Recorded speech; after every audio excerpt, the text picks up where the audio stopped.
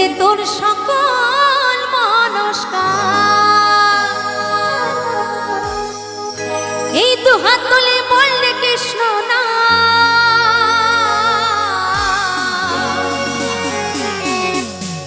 পূর্বে রে তোর সকল মনস্কার। আজি প্রেমানন্দে তুই বাহু তুলে হরিব তোমরা নাচো রে মন এই পথে পথে।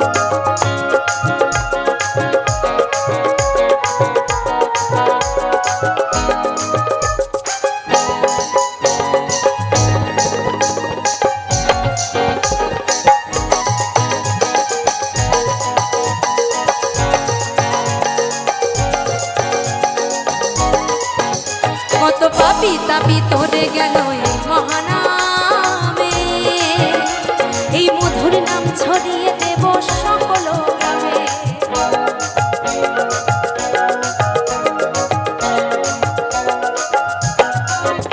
কত পাপি তাপি তোরে গেল এই মহানামে, এই মধুর নাম ছড়িয়ে দেব সকল গ্রামে।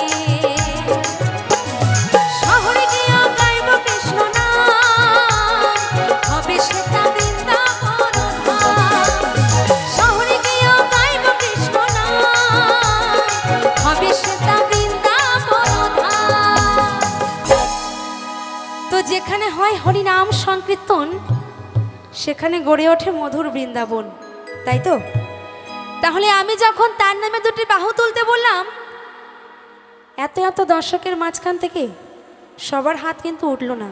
উঠেছে, অনেকের উঠেছে, আবার অনেকের ওঠেনি। খুবই কম মানুষ হাত তুলেছে। তো বাকিদের কি কারো হাত নেই? না, আমি কাউকে জোর করব না। যাদের হাত আছে তারা একটু হাতটা তুলবে, হ্যাঁ? আর হরিনাম নিজের মন থেকে করতে হবে, জোর জবরদস্তি কিচ্ছু নয়।